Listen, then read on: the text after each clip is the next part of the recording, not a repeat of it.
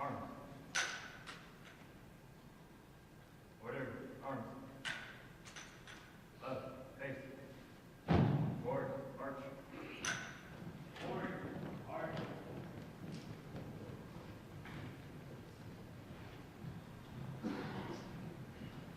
March time, march.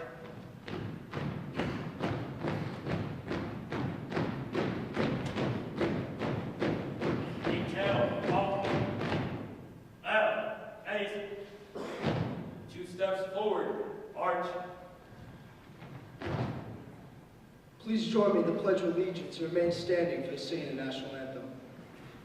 I pledge allegiance to the flag of the United States of America and to the republic for which it stands, one nation, under God, indivisible, with liberty and justice for all.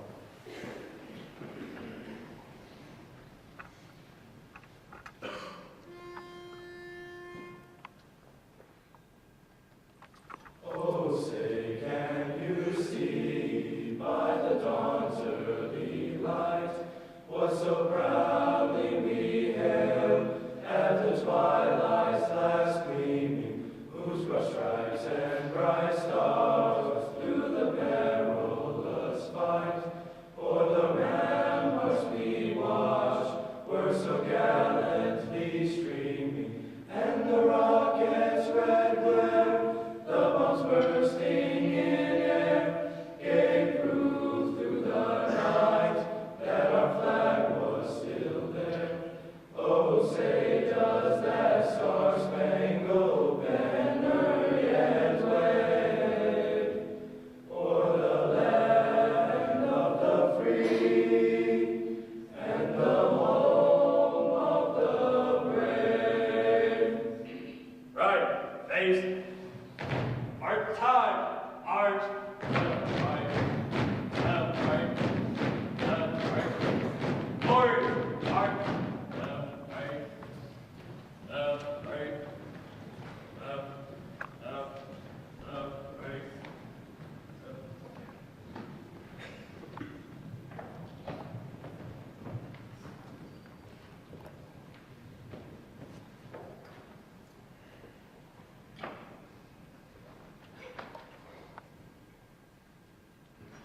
Let us pray. For the message we are about to receive, we give thanks, O Lord. Bless our academy and our families, favor the aspirations of our nation, and protect the men and women in uniform who guard our freedom. Amen. Hey, seats! Rear Admiral Arthur Johnson graduated from the United States Naval Academy in May 1979 with a Bachelor of Science degree in International Security Affairs. He earned his Naval Aviator Wings of Gold in February 1981. He holds 2 master's degrees, one from the Naval War College of National Strategic Studies, and a second in Public Administration from Harvard University's John F. Kennedy School of Government, where his studies focused on U.S. business and government relationships and Third World politics. He has served in various staff positions in Hawaii, California, Keflavik, Iceland, Guam, Japan, and the Pentagon. He has deployed extensively throughout the Arabian Gulf, Indian Ocean, and Pacific regions. Afloat, he served as Operations Officer, Administrative Assistant, as well as Sea and Anchor Detail Officer of the deck on board the USS Carl Vinson, where he earned 3rd Fleet Ship Handler of the Year honors for 1990. Admiral Johnson has completed command tours at Naval Air Station Barbers Point, Hawaii, where he commanded the Golden Swordsman of Patrol Squadron 47, and at Naval Air Station Brunswick, Maine, as Commander of Patrol and Reconnaissance Wing 5. He also served as the Assistant Deputy Director for Politico-Military Affairs Asia and the Strategic Plans and Policy Director of the Joint Staff. Johnson's first flag assignment was as Commander, United States Naval Forces Marianas, and U.S. Pacific Command Representative Guam, Commonwealth of the Northern Mariana Islands, Federated States of Micronesia, and Republic of Palau. Following that assignment, he commanded Patrol and Reconnaissance Forces 5th Fleet, Patrol and Reconnaissance Forces 7th Fleet, and Fleet Air Western Pacific.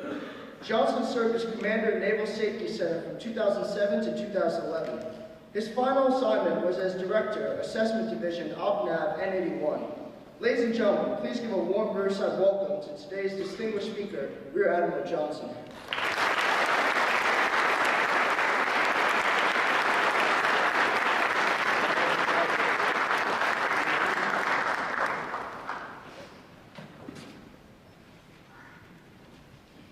Good morning, Riverside. Good morning. All right. Happy to be able to spend a few moments with you this morning.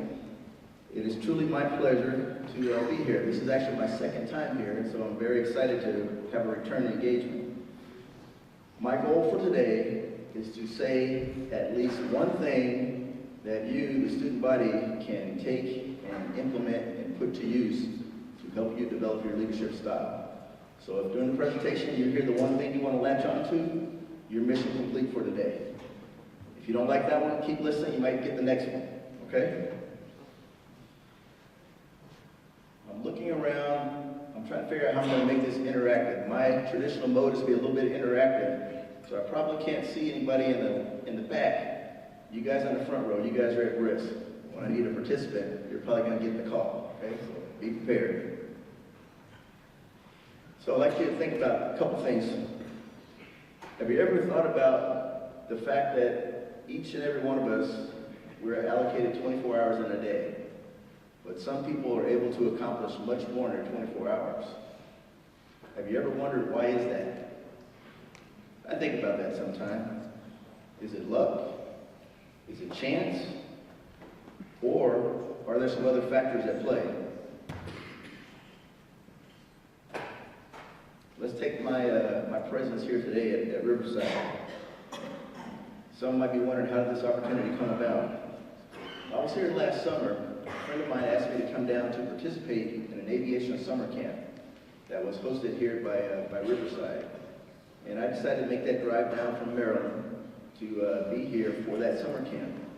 And while here, I had the chance to have an office call with Dr. Benson, meet the commandant, and I would say that my presence here today is a direct outgrowth of that event then. And so you can say that my invitation to speak today directly resulted from that visit last summer. It wasn't chance, it wasn't luck, it was the result of the choice I made to come down here for that summer camp. Along those same lines, your future successes and accomplishments will not be the result of chance or choice.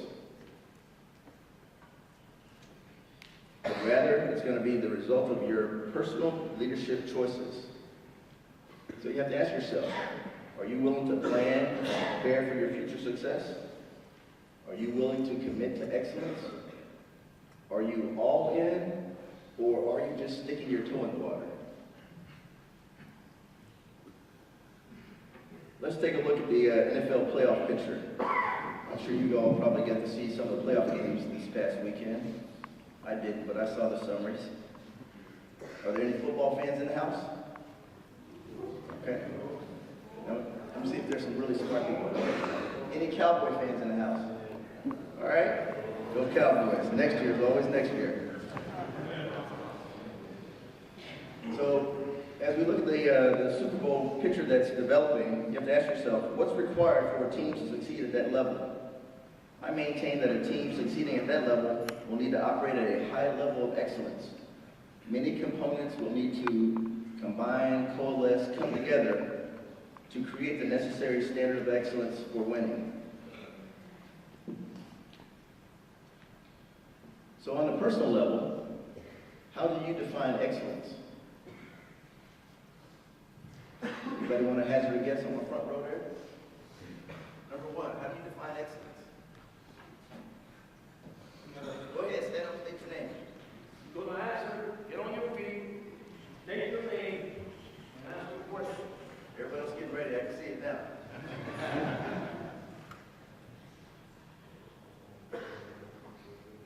Actual excellence is defined by something that's greatly done. Something that's done great. Okay, pass it down to 3 people. You know.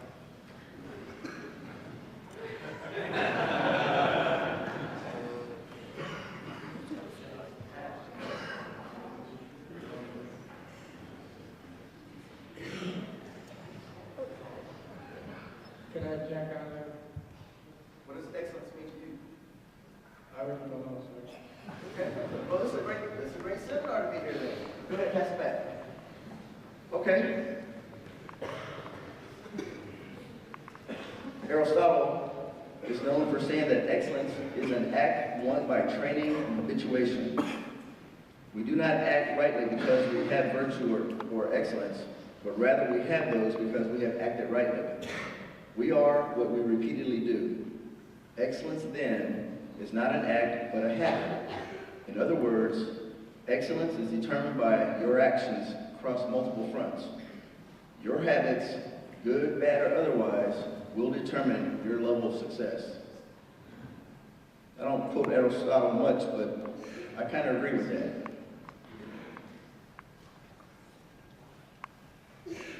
So back to the football frame of reference. The Patriots and the Seahawks will now come up with a game plan to ensure they are operating at a high level of excellence for Super Bowl Sunday. The coaches and the players, they will review elements of their offense, take a look at their defense, and the special teams. They'll be analyzing stats from time of possession to yards after initial contact. They'll be looking for that edge that they can capture that they need to win the championship. In short, they will assess their strengths, weaknesses, and other factors beyond their control, like the weather, stadium noise. Their game plan will reflect their best judgment on what's it take to be successful. Finally, they will address all the factors that might influence the outcome of this game. And so, like a professional football team, each and every one of you need to develop your own personal game plan to help you succeed, to help you lead, and to help you operate with excellence to achieve personal and mission success. And that's what we're going to focus our time on today, your personal game plan. Personally, I've been working on my game plan for many years now. In addition to the influence of my parents, I first borrowed leadership ideas from my athletic coaches, from some of my teachers, and other people that I admire. Then I spent 4 years at the Naval Academy, and that was another proving ground, a place where you can practice and define your personal leadership styles. And then finally, my 33 years of active duty and my last 2 years as a small business owner, I'm still refining my leadership technique and my style. So I'm not going to be able to speak to each one of you about your strengths and weaknesses. That's a conversation that you're going to need to have with yourself, and you're going to have to make that assessment by talking to the man in the mirror. But we can talk about some of the general hazards and pitfalls that await all unassuming leaders. There are things out there waiting to throw you off track. And it's going to be very important for you to recognize those items, those issues, and avoid them. So we're gonna slip back into the interactive mode. Everybody getting ready now, and talk about what are some of the issues, what are some of the items that tend to get people off track. You can think about leaders here at this school. You can think about military leaders, or even business leaders and politicians. It's kind of universal. Okay. Let's skip to the third row and pass the mic out and give me some thoughts. What do you see people tripping on these days?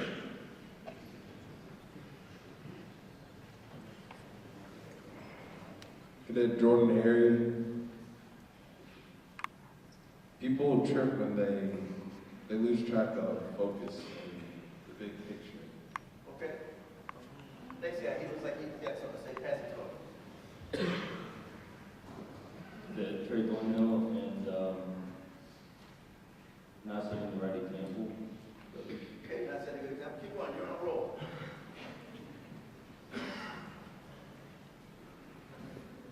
Go ahead. Hold it. Stop. Right there.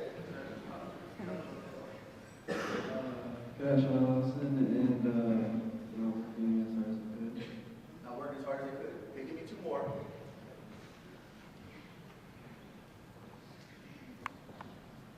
Cadet Danny Hendricks, sir.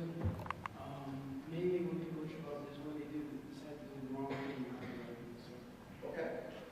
Okay, one more comment.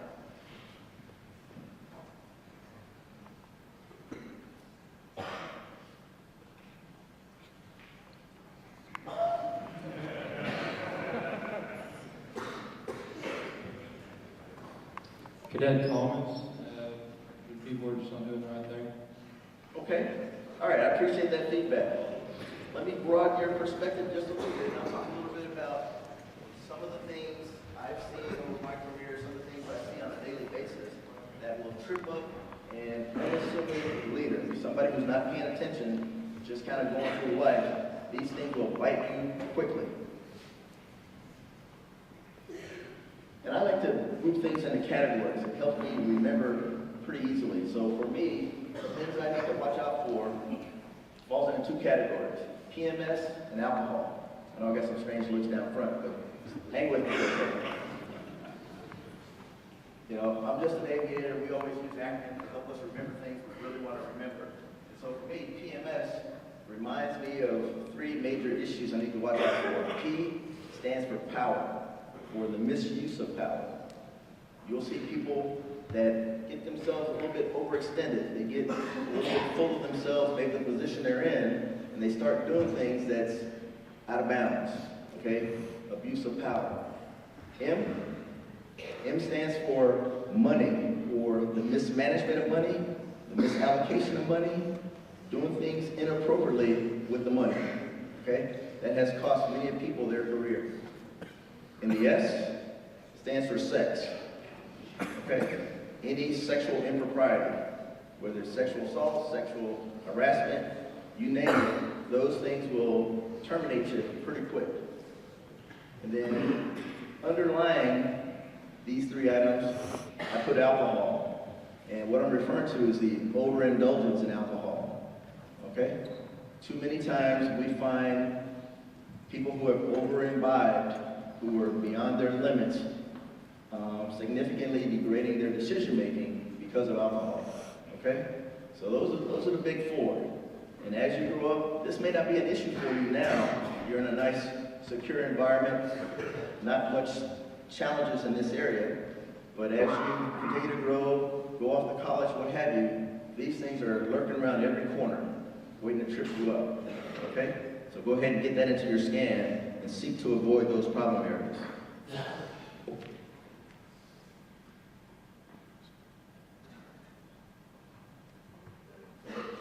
And if you don't think it's a real problem, I decided to toss up a few headlines just to capture your attention. I'm just talking Navy now, but this happens across the board in education, in business, in politics, public service. This is a current theme here. Here's a couple headlines for you to take a look at. Cruiser CO relieved for cruelty. CO fired. Charged with solicitation. CO of attack submarine fired for drunkenness. Vice Admiral fired from a nuclear post, behind a gambling probe. Okay? Real issues. That's the point I'm trying to drive home with you today. So when you consider your personal game plan, consider how you will avoid these problem areas. Fix and begin to address these things now, as it will make your future decision making real easy. If these areas remain unaddressed, the challenge will only grow until it is finally addressed. Usually, like I said, it's at a catastrophic state. So now we've talked about things to watch out for. I want to spend the rest of my time talking about things to work on, things to do. So let's look at the things you can proactively do to enhance your personal leadership skill. And true to course, I'm going to be a little bit non-traditional. And I'm going to avoid the usual traditional elements of personal leadership, talking about integrity, talking about self-discipline, time management, service to others, those types of things. And I'm going to talk about some things that I've learned over my career that proved to be quite meaningful. And I suspect that maybe you wouldn't have these conversations, so I can't miss my opportunity to talk to you about it. So I'm going to use a couple vignettes to present a few ideas for you to think about. My first vignette takes me back to 1989 when I was assigned to USS Carl Vinson. This was a nuclear-powered aircraft carrier, and at that time, it was the largest warship in the world. I was assigned as the operations administrative assistant. In essence, I was the exec for a 400-man department, and my watch station was standing watch on the bridge. So once or twice a day, I was up on the bridge driving the ship. So it was a pretty good existence, a little tense, a little stressful. The commanding officer was a pretty famous guy. He was a commanding presence, probably about 6'4", 250, 60 pounds, and he had a reputation for chewing people up. And he was known for throwing people off of the bridge of the ship. He had little tolerance for any kind of professional shortcomings. And when I checked on board, the person I was relieving, that was almost the first thing he told me. He goes, watch out, you will get thrown off the bridge. It happens to everybody. I go, I'm not gonna get tossed off the bridge. You know, I'm not coming here with that being the framework. And he proceeded to tell me what was the norm. So I took it on board and I chalked it up to maybe that was his issue. And that's what drove his experience, but I wasn't buying into it. But I did keep it in the back of my mind. So one day when we're out on deployment, we're cruising through the Malacca Straits. We're at Flank Bell, so we're going 25 knots, making pretty good way through the Malacca Straits. And if you're not familiar with the geography, the Malacca Straits is down in Southeast Asia, and it is one of the busiest waterways in the world. And we were picking our way through traffic, and I was the conning officer, and at one point the skipper told me to come right to a specific heading. And I didn't think that was a good idea because we had a ship close aboard on our starboard side. So I responded to the CO and I said I wouldn't recommend it. We have a contact close aboard on the starboard side. And the skipper, from his captain's chair on the left side of the bridge, turned around. It almost looked like an exorcist moment or something. Like, who in the world is questioning my decision? And he looked at me with those eyes that typically could cut, and I stood there, and the normal conversations on the bridge, there's about 15, 16 people on the bridge, everybody's chatting and doing their own job. Conversations came down. It got deathly quiet on the bridge. And I'm not making this up, although I've been prone to exaggerate sometimes. I think the lights dimmed on the bridge. The lights came down, and even the radar repeater that's on the bridge that makes noise every time the radar sweeps, it got quiet. I'm like, oh no, this is not good. And the CO just glared at me, and I just stood there waiting on his response. Can you guys hear me okay? Sure. And the skipper jumped out of his chair. He stomps across the bridge to the other side to look out over the bridge wing to see this magical ship that I was talking about. So a couple seconds later, he stomps back across the bridge, total silence, climbs back into his chair, and didn't say a word. The lights came back up. People started talking, and the radar started turning. And so I knew right away that the immediate danger had passed, but I really didn't know where I stood with the CO and what my standing was on the ship. But a few short weeks later, all that came to light for me. I had a oral review board before the CO and some other surface warfare officers for my awarding of my OOD. I was working on my OOD qualifications. That's the #1 guy in charge of the ship. And I went, I had my oral board, did well, I passed it. And what happened after that totally surprised me. So in addition to designating me as the newest OOD on the ship, the CO also designated me as the sea and anchor OOD. So the sea and anchor OOD is the guy responsible for bringing the ship in and out of every port, in and out of every anchorage. A lot of responsibility, not something this aviator was looking to take on, but he assigned it to me anyway. And so the gist of this whole story and the lesson that I want you to take away is that leaders of integrity must gain their voice and be willing to speak truth to power. Okay? You might find yourself in an uncomfortable situation. Don't choke down the right answer because you're intimidated. Don't not say what needs to be said because of the person on the other end. Every good leader will find their voice and will learn to speak truth to power. Organizations win when we have people like that, people who can speak truth to power. The decision makers, they need as many options available to them to make their decisions. But if you don't say what needs to be said, they have one less option to choose from. Give the decision maker your best advice and recommendation, and not what you think they want to hear. Leaders truly need to hear those views differing from their own. So be courageous and speak truth to power. So there's your first attempt to latch on to something. The next vignette I want to talk through, and I'll tell you up front, it's not a true story. It's not a true story. But when I first heard elements of this story, I really latched onto it because it resonated well with me, because it captured a lot of experiences I had and my troops had when we were over in support of war in OIF. So, Dr. Vince, I actually heard this story from Commandant Hagee at an event. And he told it as a joke to make a different point, but for me, it told another story. So this story starts off, like I said, the reason why it resonates so well is because when my forces were flying over in Iraq and Afghanistan, when we would come in to land at certain fields, we would do what's called a high penetrating approach. We'd come in high and we'd circle over the field to minimize our exposure to stuff out here. So we'd descend down over the base and come in and land. While we're descending, we're observing what's going on around the base, and if we saw something unusual, we would call it into the tower, and they would send folks on the ground to go investigate.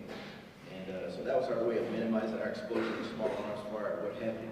So anyway, this story starts off with a Marine fire team leaving the base to go investigate the report of some people planting a potential IED on a road servicing the base.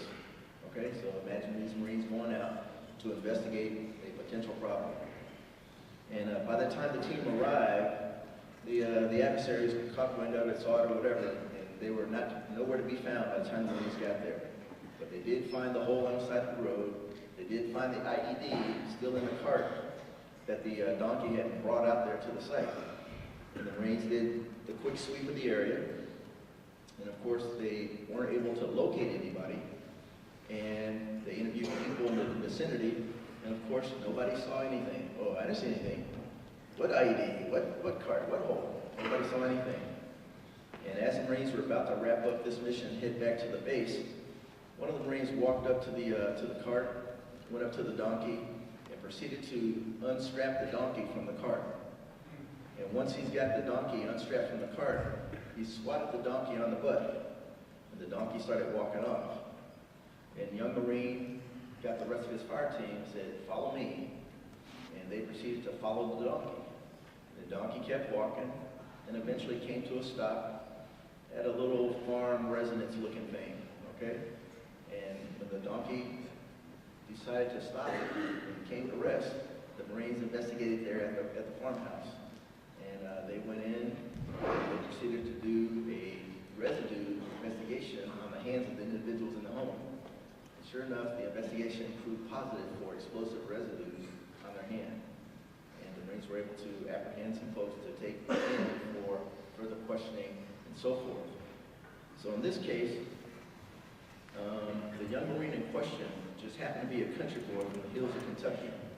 He grew up around horses. He intuitively knew that the donkey would return home once he was freed from the cart. In this case, we were able to make our mission, we were able to be successful by harnessing the skills and capabilities of all the members of the team. Now just think how differently that mission would have turned out if the fire team was made up with all three kids from Atlanta. Okay? Probably would have been different. And so the lesson I'd like you to take away from this little story is that the best leaders, they learn how to embrace the power of diversity. They recognize and value all the differing skills and perspectives that they might have in their organization or within their team. Most people, they instantly conjure up visions of race and gender parity when the topic of diversity comes up. So I need you to take your thoughts about diversity to a whole other level. I need you to think about it in terms of the skills and the characteristics that can prove successful, that can prove an enhancement to your mission. Whether your mission is a military objective or it's a business goal. The skillful and the successful leaders, they truly understand and they use all the available human capital at their disposal to enhance their mission success. Okay? So there's chance number 2.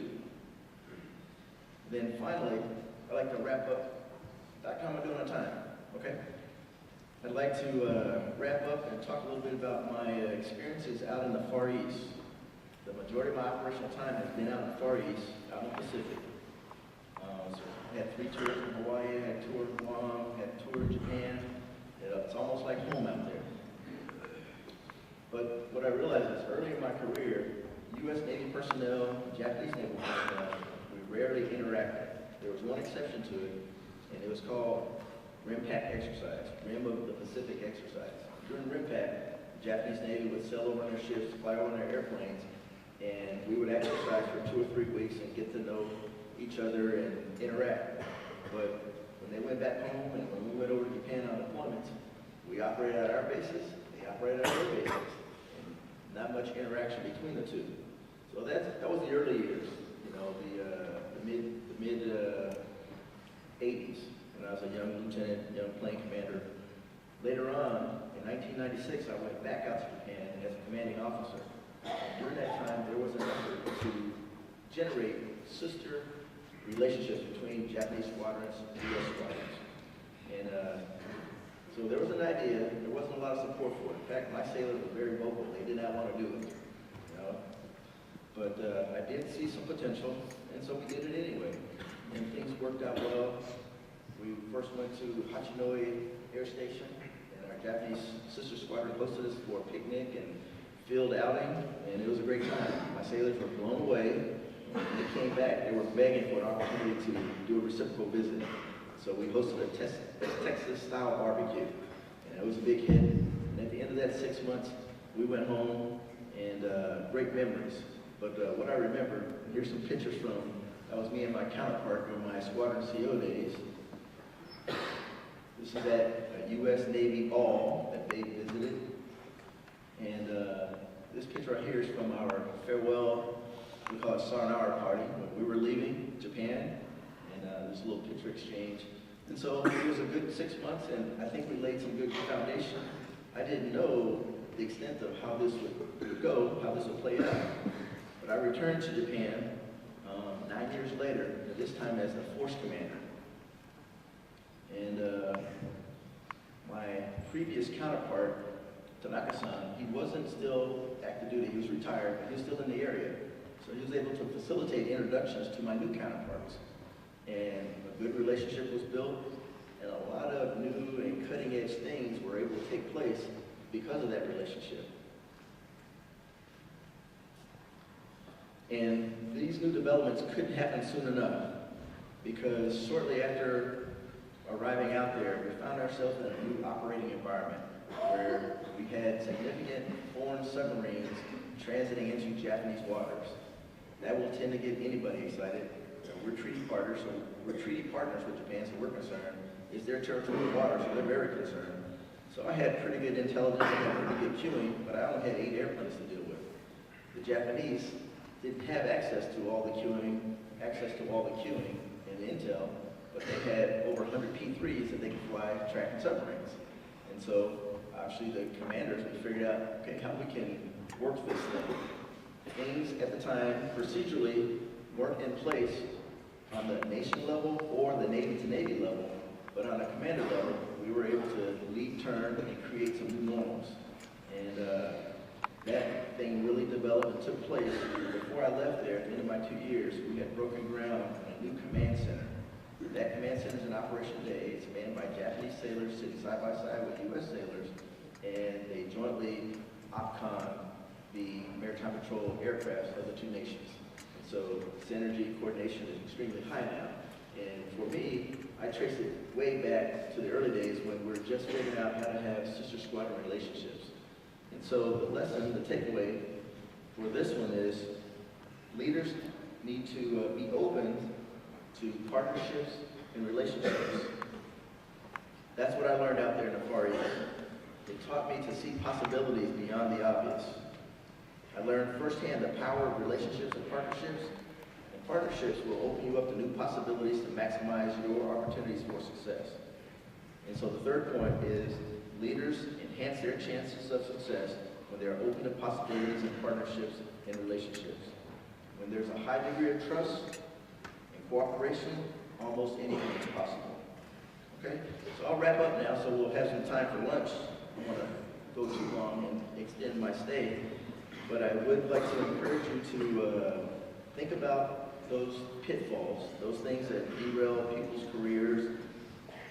And I also want to encourage you to look at some of these universal concepts that will help you develop your personal game plan for success. Be bold and courageous, speak truth to power, embrace the power of diversity, be open to the possibility of partnerships and relationships. If you do that, you'll be well on your way toward success in any chosen pursuit. And my closing thought, every experience prepares you for your future. And choice, not chance, determines your destiny. Thank you for your time and attention. May God bless you, and may God bless America.